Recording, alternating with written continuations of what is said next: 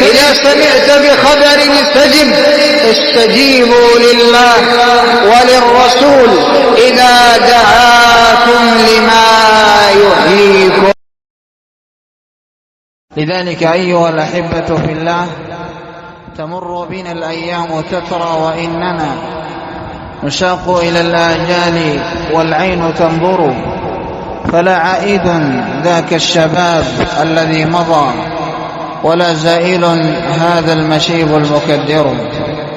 وإن دستور المسلم وإن عادته وإن نبراسه أن يستمر على الطاعة ما استمرت الروح في الجسد، وأن يظل على هذه العبادة ما رمقت عينه وما تحرك طرفه.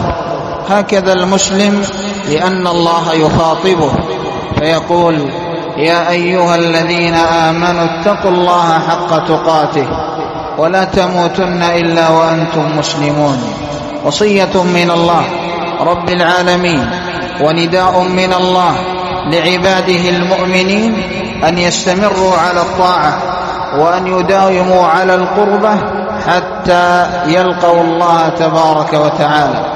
ويحذر الله تعالى من الانتكاسة ومن الفتور ومن التردي فيقول: ولا تكونوا كالتي نقضت غزلها من بعد قوة أنكاثا.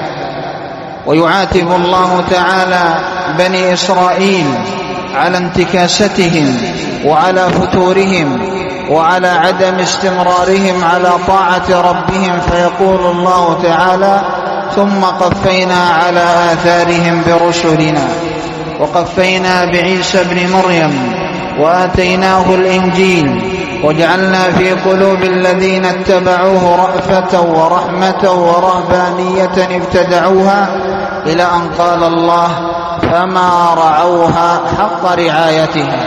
قال جمع من أهل التفسير: أي ما داوموا على العمل ولا على الطاعة بها، أي أنهم كانوا يعملون أحيانا ويتركون أحيانا، يثابرون أحيانا ويكسلون أوقاتا.